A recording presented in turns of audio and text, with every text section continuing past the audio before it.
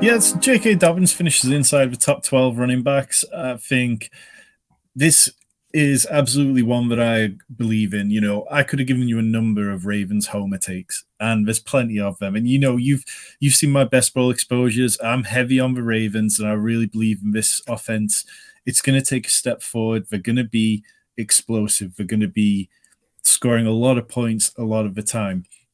But J.K. Dobbins in particular, he's a year further removed from his ACL injury. This time last year, there was no positive news about him. It was miserable. He was limping. He looked stiff out of his drills that he was doing in training camp, and he was fighting with people on Twitter because of it.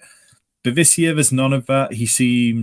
There was the initial worry that he was holding in, but he was talking to reporters last week, and he seemed completely at ease going into the season without a contract.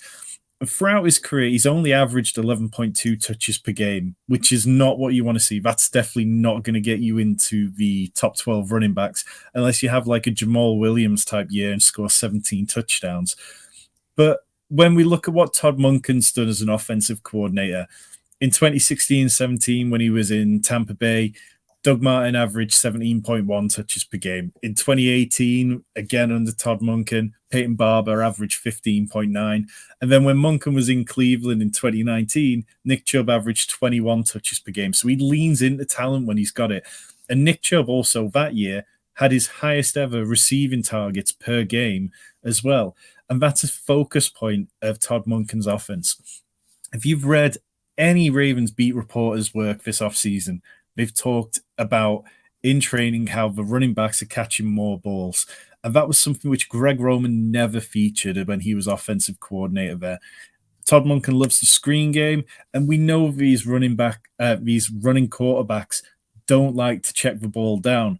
But that doesn't need to be what Lamar's doing. If there's designed passes to the running backs, if you're setting up screens to J.K. Dobbins, if you're giving him options like that, then J.K. Dobbins can still set a career high in receiving work. I think he can set a career high in touches easily. And we glimpsed it slightly at the back end of last year when he led the league in rushing yards and big runs between weeks 14 to 17, and he was like running at like 7 yards per carry. I'm all in on J.K. Dobbins, and if I was being really spicy, I'd say he could finish as a top 8 running back.